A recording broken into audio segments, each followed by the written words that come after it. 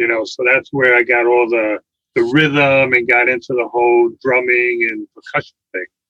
So music found me at like 9, 10 years old. Wow. So let me ask this: was Murray the K on in those days? Was that his era? Yeah. Murray the K, Wolfman Jack,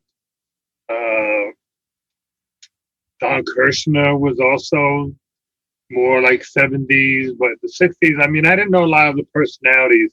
I mean, it wasn't even FM; it was just AM. So. No, we always call that almost music. Almost. Hey, but listen, that's the stuff, used to put me to sleep at night. I get in my bed with the headphone on, my mother would come up in the morning, wake me up. My biggest problem was being able to afford batteries because I'd leave it on all night. That's what I was going to say. It must have been like done within a day. Yeah, so that was it. There was no rechargeables, you couldn't go and just plug it in somewhere. So I take half my lunch money to go get a little AA battery to put in the radio, Jesus.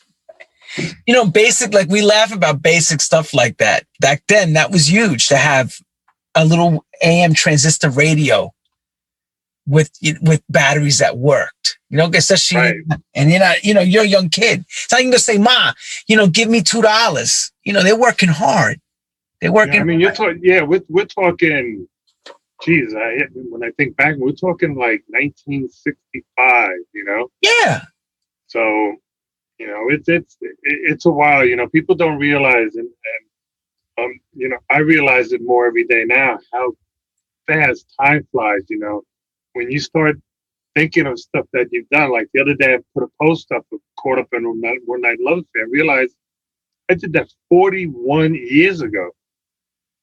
I mean, not 5 years ago, not 3, not 10, not 15, 41, So, it goes to show you how fast time flies. That's why, like, I always tell people, dude, you can't look to tomorrow, you got to look to today, because tomorrow, you already passed tomorrow. If you're living today, you already passed tomorrow, Well, that's the key. You got to think, you got to be able to live for today and also try to plan a bit, into the yonder. But it's hard these days with COVID going on to plan anything. Well, but that's all I mean, just in general, I mean, the whole thing, especially people that are trying to get into this music. I mean, most people, or at least in my era, got into the music for the music part of it, not because we were going to be famous or there was no such a lot of money. Famous. There was no such thing yet about being famous. Dude, that's why, like, it's so rare. Like, the biggest request I ever get is for old photos. Do you got any old pictures? Right. In the studio or in the club. I'm like, dude, we couldn't afford a freaking camera. We're talking 60s, 70s. Right. So, and then one of my worst experiences was that one time I was in the studio with an artist and I wanted to take a photo. They said no. And I'm like, you know what? This sucks. I'm not going to worry about it. So, as you know, back in the day, when you went into the studio, you went into work. It wasn't we're hanging out, we're taking pictures, and stuff like that, because the studio time, some studios start $250 an hour, and you're in from 10 to 6, unless you've got a super big budget, as none of us did because we were doing dance music. We were lucky we could get a studio to work in. They just wasn't the money available to do it. So whenever you got in, it was just, we got to get something done. We got to cut a track. Yeah. We got to do a vocal. But we get to that. That's 1970s. Let's get a little bit. Let's go back a little bit, because people who don't know John, we want them to really know John. Did you play any instruments, John, along the way? Yeah, I played quite a few. I mean, funny enough, the first thing I wanted to do was I wanted to be a rock guitarist. One of my favorite guitarists was a jazz blues guitarist, Johnny Winter. So when I was in my teens, that was the first instrument that I really got into was the guitar. And I was decent, but I wasn't good enough. Then I went into percussion. I played a little bit of keyboard. So it's like I dabbled in everything. I always used to say I could play, but I'm not good enough to play on any of my own records. So I just used to hire, people out when we got to doing productions to play on our records, because, there was a lot of times when me and Sergio didn't have the budget to Sure. pay a musician. We used to, like, one of our key musicians was Bashiri Johnson, percussion. We used to use Bash or Jimmy Malin on a lot of different records. Now I could play, but I didn't have the skill set that they had. Sure. So, as a producer, if somebody's making records, that's where you have to check your ego at the door and know, yeah, I can play a little bit, but the record's going to suffer because I'm not good enough to play what I hear in my head. Right. So it's easier to tell somebody, play this or play that. Can you play a seventh, or can you do a run here or there? Something that you just don't have the dexterity to do. So basically the thought of you being a rock star, when did that end? That ended pretty quickly. That ended. I didn't laugh. I'm not laughing at you. Just the way you said. It ended in the 70s. Because I just, was like when I was in high school. Me and the guys that lived across the street had a rock band. Actually, I'll post a photo up of the band. I have them like kind of hidden away.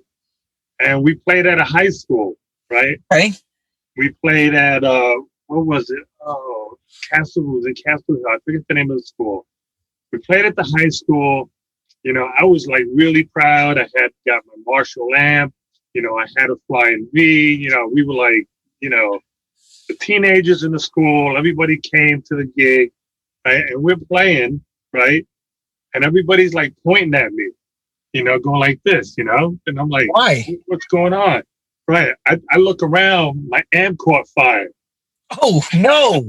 And the tubes were burning. So we had to turn everything off.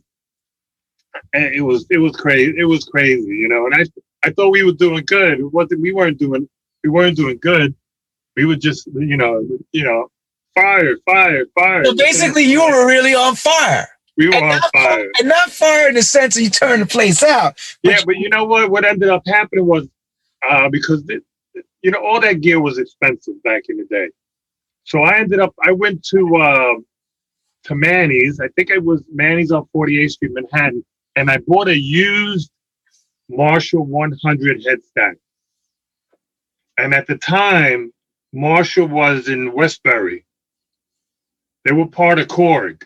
Yes, I remember that. Yes. Right. So I took my amp. I took the amp out there because it needed to be. I took it out, had them put in new tubes, and just kind of fix it up and make it right. And they made it wrong. Evidently, I came later to find out that they wired one of the tubes, a couple of the wires wrong.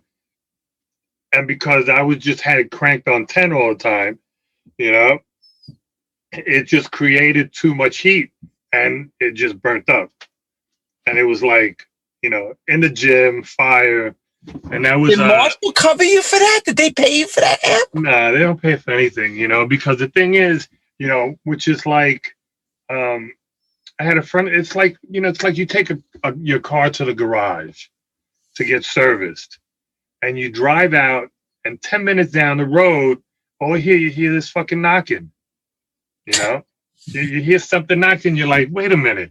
So you drive back to the place and the guy says, we fixed it. That must have just happened.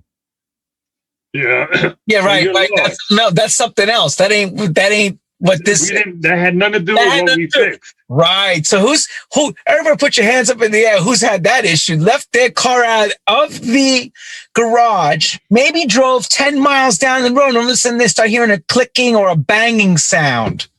I just had that happen to somebody in my family. They just got their car serviced, and like a day later, it started making like some banging noises. Went right back, and they had some major work done on the car.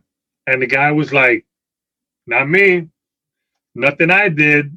Unfortunately, shit happens, So, and you're John, so like, the recalls that we used to get when our mixes doesn't apply to the car mechanic, right? No recall. Well, see, those recalls, that's a whole nother story. I don't even want to go there. I'm just joking about a recall is not no matter how you can recall something, it will never come back exactly right. Okay, that's true. Because the biggest problem with a recall is not the gear, it's you. And your perception of what you're hearing at that time.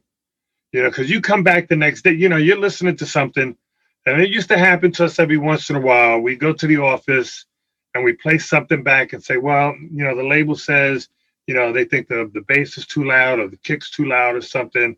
So go back in the studio, take 2 hours tomorrow and just tweak it and bring it back. Now the next day you go back in the studio, the engineer or the assistant recalls the whole mix. And then you sit down and it sounds totally different than what you remember. Because there's a lot of people don't realize there's things like ear fatigue and stuff like that, which changes how your ears listen to different frequencies. Mm-hmm. You're in the studio 15 hours, you don't hear the same as you heard when you started as when you're finishing. Right. We used to do 6 to 6. We go in at 6 o'clock at night and be out at 6 or 8 in the morning before their 10 a.m., big sessions would start at the studio. Was there a reason for that you did the nighttime? Yeah, because people don't bother you at night. You don't have people calling. You don't have people that want to come by the studio, like the label. Oh, well, the A&R guy is going to come by and hang out for a little bit. I was like, nah, we start at 6. Right. Yeah, let the engineer get things set up. And just, we used to tell the studio, unless it's somebody that we wanted to talk to, says no calls, no visitors, and we would just work, because we found that when we did day sessions, you run into all kind of problems, not even just in your room, but in the studio. We used to work in studios that had multiple rooms. So you had people walking in and out, like we'd be in one room, Bruce Forrest would be another, Mark Hamons would be in Studio A, or something. And, you'd want to go and hang out, see what Mark is doing. Then he'd come down. Next thing you know, your session's almost over and you haven't done anything. Right, because you're talking. I know. Because you're bullshitting. That was the famous thing at Quad Studios. When we first started playing at Quad on the 7th floor, there was a Space Invaders and a Pac-Man machine on the 7th floor. Big problem. As soon as you got out the elevator, bang, right in front of Studio B. We were sitting there, Lenny, I'm telling you, with stacks of quarters, like rolls, $10 worth of quarters. Playing all night. No. And then you'd be in and out the room. So it was a different world then, but it was good and it was exciting. So let me let you drive this car because I'll just run off on different. I'm gonna let you run off the cliff for a minute, but I gotta pull you back off the cliff, everybody. Yeah. So let's go right back to where this car needs to go. I'm back on the train track. So here we are. You're a young guy. You burnt the place down with your Marshall amp. What comes after this? You stay with the band, or the band thing ends and then you start to find dance music? Where is this all going? No, we started, we still with the band, but then in 1970, I went into the Air Force. So I spent a couple years in the Air Force. In Colorado, I did a very short tour in Vietnam. And I was a radio DJ for Air Force Radio. So I was kind of the... I didn't know that, bro. I didn't know about the Air Force Radio thing. Yeah, it's in a lot of my docus. No. I didn't even heard you mention it to us ever. Oh, Yeah. So I did Good Morning Vietnam. Yeah. So You played Robin I Williams? did a small stick that had like a little hour thing, like once a week, just playing music. I mean, it was basically music that they had there, so it wasn't like you can play your own stuff. So you'd have a stack of records, and a couple guys would come in and play when they had a chance. So, but then I got hurt, and I came back stateside, and So now this is at 71? right, 70 to 72. Okay, so now give us what New York was like when you came home and what was going on all around you. Because, you're coming back from, where were you in? You just Colorado or you went to Nam? No, I went to Colorado, then I went to Nam. I went to Texas, Colorado, Nam, back to Colorado, Wow. and then I came home in 72. Okay. So 72. Now take us down what New York looks like at Right. 72. Now, I'm still living in the Bronx, but now my parents have bought a house, and the guys across the street that I had the rock band with, their father owned a salsa record label, right, called Mary Lou Records. They had one of the first ever 12-inch records by Jimmy Sabater. Wow. To Be in Love. Was it not To Be in Love? Was it To Be in Love? It was one of the first 12 inches ever. 12-inch or an album? It was a 12-inch. Okay. Just a 12-inch singer. 72? Yeah. I'm sure it was 72 or 74, one of those years. Oh, what was it? Matter of fact, you know what? My memory is bad, so I'm going to look real To quick. verify this for everybody. Could you believe this if he's going to tell us that's the first 12-inch ever? No, well. Well, you know the whole story with Tom and everything. To Be With You, right. It was To Be With You, what year? Don't you love this, everyone? You can check Google. Google has become our librarian. Unbelievable. 1975. Okay, that's what I figured. It had to be at 75. Right. So those few years, when I came back, we still had the rock band. And what happened was, and I was starting to do some DJing at the local bars. Oh, you were DJing already? Yeah, let me just throw in there that at that time my father had a bar, and I used to fill the jukebox. So that's how I got into the 45s. Okay. Was that when they would come and change the records in the 45, they would leave us with the records. Oh, really? They used to leave it? Yeah, they used to leave the 45s. They put in the new ones, and you keep the record. I mean, there was only 100. I think, was it 100 records in the machine? I don't know. It wasn't even that much. There wasn't a lot of records, so they would just leave the little 45s there, and they put them back in. And I started playing the ones that they would leave.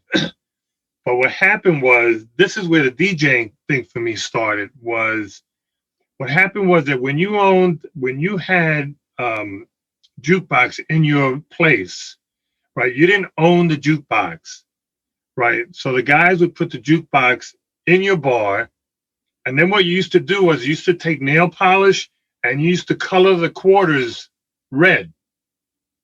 That signified that you fed the machine yourself, so you would get those quarters back. So what ended up happening was that the jukebox wasn't making that much money. So the guy for the jukebox came, and I guess he told my father, we're going to have to take the jukebox out because it's not worth it for us to keep it there, because, all the quarters are coming back red. So we were constantly putting in red quarters just to keep music going on. Right. So then what happened, my father bought me a box, little 7-inch record player. Right. And we set it up in the corner, and I would just play records during the day. When people were coming in, Okay. So one after another, no mixing yet, just one record. No, just 45 and a spindle, stack up 10, hit play, and they'd come up and down. So that's when I started to get into the actual DJing part of it. At the same time, I was still trying to be a rocker.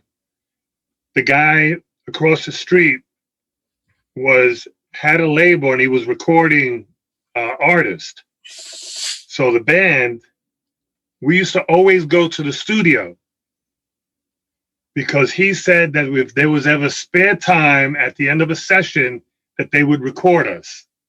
Oh, really? Okay. Yeah. So we used to go to the studio. I can't tell you how many times we went to the studio, nothing ever happened. One day, I think it was in 70s, probably 75, 76, we went to this studio called Delta Sound. The engineer that night was none other than Bob Blank. Oh, wow.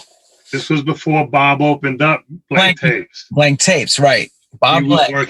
He was working at Delta. That's the first time that I met him. And one night there was some extra time and we got to record a track, I don't know what we played, what it was lost. But that's when I first met Bob Blank. And between 76 and 78, I started to play little clubs in the Bronx, little bars, knock on the door, go downstairs, playing some, R&B, a little bit of the early kind of disco, some salsa and stuff. And that's when I started to do the edits. When I started to play Date with the Rain was the inspiration that started my whole career. And how so? Eddie Kendricks. Because that record was 2 minutes and 32 seconds long. It was way too short. And I loved the record so much that I wanted it to keep going longer.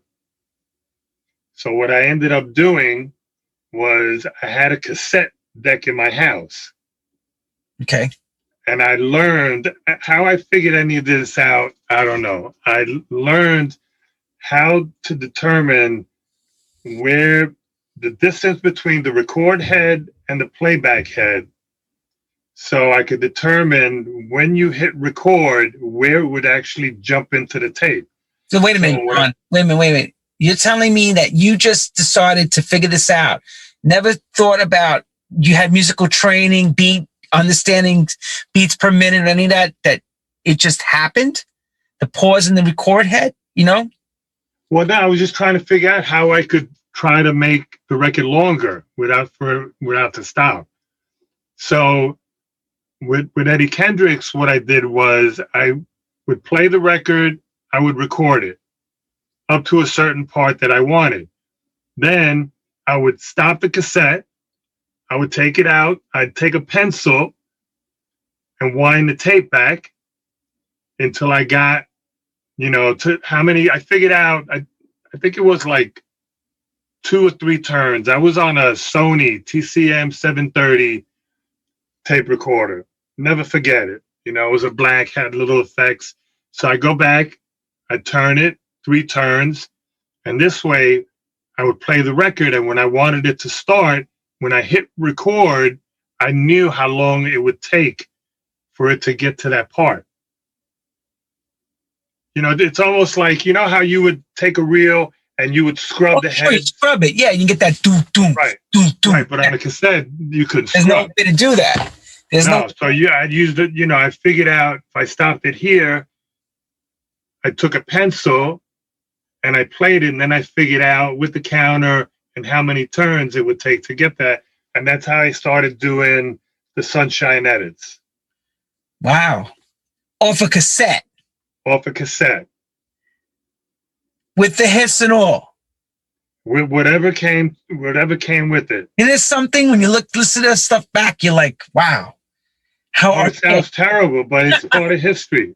I still have the tapes.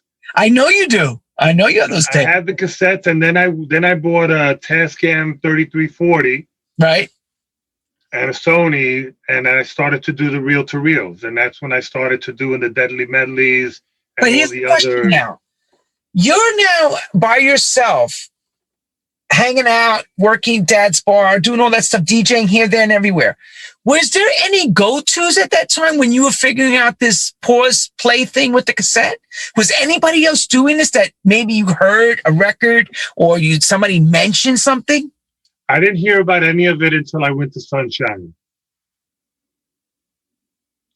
Because what I did was I went into the yellow pages. Looking to where I can press a record. That's what I want to know. Where's that going to start? Right. So then I probably think it was 77, 76, 77, because I know 78, 79 is when I started to do the studio stuff. So it was in that 3-year period. I was doing the edits. I found Sunshine Sound, 1650 Broadway. The famous building, that famous building. Yep. Every record. So then what I ended up doing was I called down Frank. I said, do you guys make, plates? I said, yeah. I forget how much they were, like 10, 20 bucks a piece. Mono plates. Maybe you get a couple plays out of it. So I went down and got my first plate done, which was Date with the Rain. And then I got, there was another one that I did. I started the Deadly Medley with a couple songs, but at the time it wasn't finished, but I wanted to be able to play it on a record, because at the time in the clubs and in the bars, there was no cassette decks, there was no reels, so you couldn't play the stuff out. So right around 78 was when it started to pick up, and then you started to get people there like Francois, Jay Negron, Keith Dumpson, Ray Pinky Velasquez. There was a bunch of the early New York guys that were discovering Sunshine Sound. By virtue of the few places that were out, it was the only place that people know to go. Can I ask you? There was also Dick Charles. There was a couple of other places where you could get, people, Angel Sound. People started finding where these other manufacturers or these places were. When you went and did Date with the Rain, did you say it was a mono press, or was that even so? They didn't even have a stereo. They were all mono. They didn't have a stereo cutting ahead. No, not at Sunshine. Those were all mono. Wow. So they were on 10-inch. Right. So those were all mono cut plates. Right. Yeah, they were all mono cut, not high quality lacquers, so. But why at that time would you go mono when there was stereo already happening? Was there anybody had stereo at that time? I don't know no, because you're talking late 70s. Only the big houses were doing stereo, and they're not going to let some kid walk in with a little cassette or a little tape to do one lacquer. They were doing they were doing all the big labels. The people that were using like Sunshine and Dick Charles and Angel Sound were the small independent labels that were cutting an acetate to hear it in the office. Right. As a reference. Right. Right. It was not really serious, because if you knew Sunshine Sound, it was a little room on the 10th floor at 1650 Broadway in the back. And Frank just had one lathe there. So that's how that all started. And that's where a lot of us guys met. And that's how we all started to Tuesdays to go visit all the record labels, and pick up all our promos. So we would meet at one place. We'd go to Columbia. We go to Fantasy. We go to Prelude. We go to Atlantic. We'd sit in Izzy's office, sitting there waiting, begging for 2 copies or something. And that's how I got David Todd RCA. 1650 Broadway was also the building that housed Randy Muller with his Brass Construction and all that stuff, Patrick Adams, Greg Carmichael, Midsong International Records. There was a bunch of labels in that building. And Greg went up to get some acetate done at Sunshine. And Frank and Frank said, you should get this guy, John Morales, to mix a record for you. He's doing all these edits and stuff. So this is Greg Carmichael from Red Greg? Yep. Red Greg Records, everybody. Red Greg 1978. 1978. Mark that down. Yeah, 42 years ago. 40, and in Spanish, 42, 42 years. 42 años. 42 años, 42 years to our Spanish friends. Unbelievable. It's like when you say it, they used to say when we were kids, you would say this when you're older. When you say the years, you're going to blink them out, right? And when we were young and you were saying, somebody said to you, oh, that was 50 years ago, you thought that was forever. But when you do the trek to when you get to the point when you're at the other side of the 50 years, you go, that ain't nothing. I could do that. I stood that standing on my head. Sunshine Sound. So he had a Neumann left mono cutting. I never made it to Sunshine. When I came around, that they weren't around anymore. I wasn't, but I knew about all that stuff that was going on. So you had all those guys in that building, 1650. So it's like one-stop shopping for you. You go see all the labels, pick up promos, talk shop, and Greg Carmichael introduces you. I mean, Frank introduced you to Greg Carmichael. Now, what's that record that they're talking about, an idea for you to work on?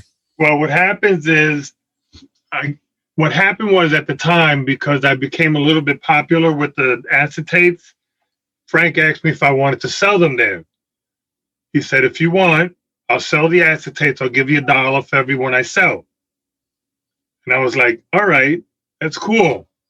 So I just started doing edits for Frank to sell. One day after he spoke to Greg, I went in and he said, do me a favor, go down to the 7th floor to Red Greg Records and ask for Greg Carmichael. I think he may want you to mix a record. So I go downstairs to Greg, and he said, in his way, he says, oh, we're making a record on Saturday at NOLA Recording. I want you to come down and do the disco mix at 3:30 in the morning. And I'm like, 3:30 in the morning? Well, all of us who came to know Greg knew that Greg didn't like to pay for anything, didn't have money. So he would take whenever the studios weren't up working.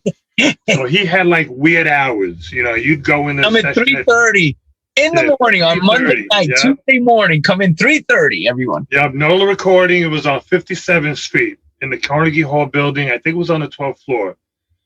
I show up at 3:30 in the morning, and me and Jocelyn we both agreed to disagree on how this all came out.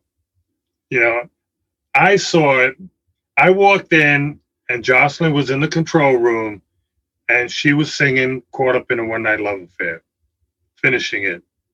There was an engineer named Jock's there, and Jocelyn came by, and we're listening to the playback, and Jocelyn says to me, she says, now, John Morales, don't you use that part. There's that one part in the middle where Jocelyn yells out, I'm caught up, and she kind of cracks a little bit at the end. Yeah, scratches. She didn't want me to use that in the right. She didn't want me to use that in the record. What'd you do? I used it.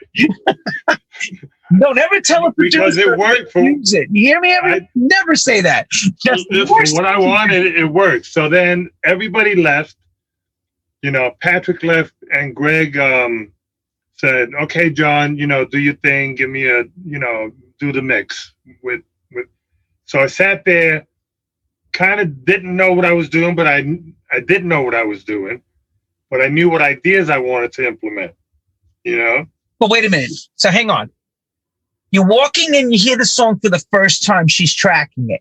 Right. Was Patrick there as well as the producer? Patrick had left. No, this is what happened. So tell us the room, everything.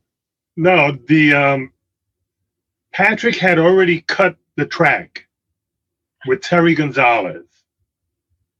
Right? Okay. So this is the backstory after this all happened. Greg called Patrick, said, do you have a track? I have this singer I want to try out on it. So Patrick said, I got this song, Caught Up. You could use that. So Greg borrowed the track from Patrick to use to record Jocelyn's voice on it. Oh, wow. Okay. Right. So I came in after Jocelyn had finished recording the vocal and was leaving. So the only thing I saw was just Jocelyn finishing her session and getting ready to leave. Okay. So, and just mixed it. Right. I didn't know I didn't realize that it ended that Greg literally stole the track from Patrick and was shopping it around without Patrick even. No, I didn't know that either at that. So, which is, well, this is common knowledge. Yeah, it was a big thing. You know, Sam wanted the record, Prelude, and then what ended up happening, Patrick found it. It just got crazy. So, but Marvin Schlachter signed. You know, the record came out. Right, Marv Schlachter signed the record. Francois, was Francois involved? Before I go, but Francois was working there at that time. Did Francois bring the record into Prelude? Do you know? Francois Kevorkian. No. What happened was that the record was getting played on WBLS. Okay. It went on heavy rotation. Me and Jocelyn were in a car one day, go session, and we put BLS on, and the record came on. And we were like, so it was her first track as a lead singer, my first remix or mix, what do you want to call it? Ever remix, professional remix. We were like really excited. You know, basically, I was hanging out with Greg. We were driving out to New Jersey to buy the records out of the trunk of his car. So we were going to like J&R and downstairs, bringing boxes of records and then coming back to Jersey and buying some more, you know, because he could only get but so many done at a time. Right. And then Prelude somehow jumped in, went to buy the record from Greg. Then they found out that Greg really didn't own the record. Then, you know, so I don't know what the business aspect of it was, but if you know the characters involved, you know. Wasn't Greg Carmichael? So that's where it all started. Wasn't he a reggae? The label was more based on a reggae reggae thing, if I remember. In the sense he had reggae artists as well. Well, Greg had Well, I mean, the artist that Greg had was basically stuff. He was involved heavily with Patrick. So it was most of the stuff was all Patrick penned, all the early Universal Robot Band, Bumblebee Unlimited, you know, Love Bug, and things like that. Dance and Shake Your Tambourine. I mean, you know, so Greg, the thing about Greg Carmichael was that Greg knew talent. He could get talent and put it together, you know. And you figure that the pool of people that we had back in 1979, 1980, you know, people like Leroy Burgess, Jocelyn, and all the music. Jocelyn came with Cindy Mizell and Janet Wright, and just a lot. Luther was part of the background crew, you know.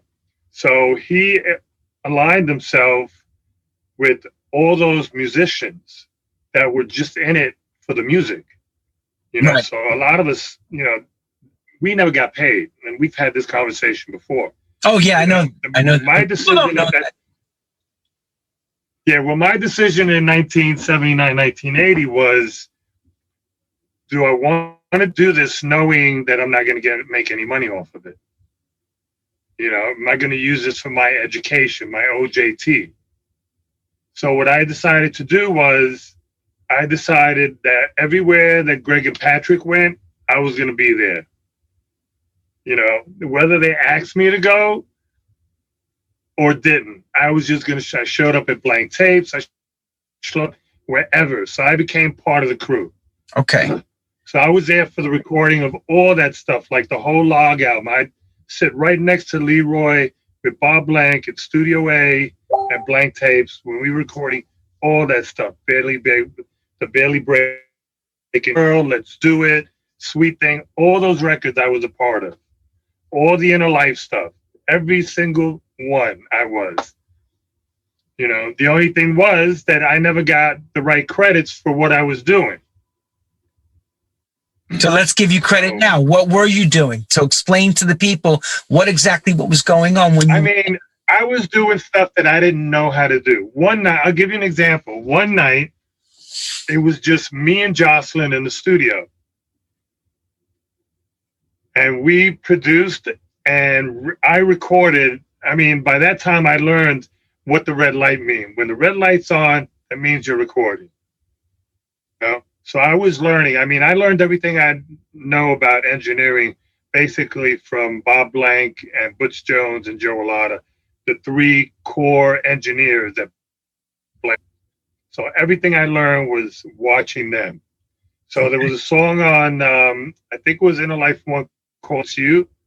That was basically produced by me and Jocelyn. I recorded, engineered it, you know. So, you know, I mean, even like, you know, Mountain and stuff like that. I was part of all those records. I Know You Will. I mean, I was there, and I got like, my credit was like special thanks or hand claps or just some like weird stuff. You know, because at the time, official class by John Morales. Yeah, well, we used to go in the stairwell, guys, because the reverb was so good. So, and that's, I mean, and that's during the Sergio, which was in 1980. Right. 79, 80. Sergio got his first mix from South Soul, No Stopping That Rockin'. And he invited me down to the studio, you know, because we met at BLS. You know, because I was doing the midday, the dance shows for Frankie. So Frankie hired you to do I remember that you were doing the afternoon slot, right? The 12 o'clock lunch mix around that time? Well, no, it was Friday night dance party. Okay, that I know. It was a Friday night dance party. Those were the first ones. They didn't have the midday shows until after. You know, Sergio was assistant. So when Caught Up was happening, we went up there and met with him, and then I was a DJ and we got along. So Frankie said, well, why don't you bring up a tape? We're starting this new, you know, Friday night, you know, dance party. You know, it's 2 hours, you know, and they would use two different DJs. You know, a lot of the nights it'd be like me and T. Scott, or me and Ted Curry, or some other people. So Ricky Marto was there at the time, and of course Frankie, and that's how me and Sergio got along. He wanted to know how the mixing went, so I invited him down to the studio, and then South Soul asked him to do a mix. And he called me and he said, I really don't know what to do. And so I helped him out. I set him up with blank tapes, organized the time. He went, started the session. I had a session the same day in another room. Came over to the studio, him out a bit. We started talking and we said, you know what? We get along. We like the same music. Let's just do Eminem mix. And that's how it started. So from that record? And it started, yeah, No Stopping That Rockin' was the first record. Of the Eminem connection begins. Sergio Munzabai and John Morales come together. Right. So Sergio was working on the Frankie. So let's be clear. So Sergio was working as an assistant to Frankie Crocker at WBLS. Right. Sergio was already at BLS before I met him. Okay. So he was Frankie's assistant, programming assistant. Right. So Sergio had some juice up there. I think he did, big time.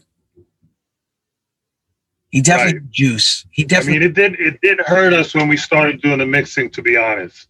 So, you know, I mean, we used to get some work, and I used to tell him all the time, I said, you know, we're not only getting the work because we're talented, we're also getting the work because some of these people, that because we're associated with the radio station, that they're going to get some play on some of this stuff. Pay for play almost. Telling it like it is. Pay for play, Kind baby. of Pay for play, baby. Pay for play. Without paying. They're going to pay you to do the job. You're going to do a great mix, right? And your stuff's going to get possibly rotated on Frankie's playlist, maybe. Or the master mixes for that matter. Well, the chances are probably 100% that mix is going to get played on our own dance parties. Sure. So we'll get some airplay, and the chances is that Frankie will get to make a decision on it, you know, whether on full rotation or play it once or twice a day or something. So, you know, it was a different era back then. Sure. Can you that's how everything started. Can you take a breather? I want to give some people who are sponsoring our show some time and love because everyone's tuned in.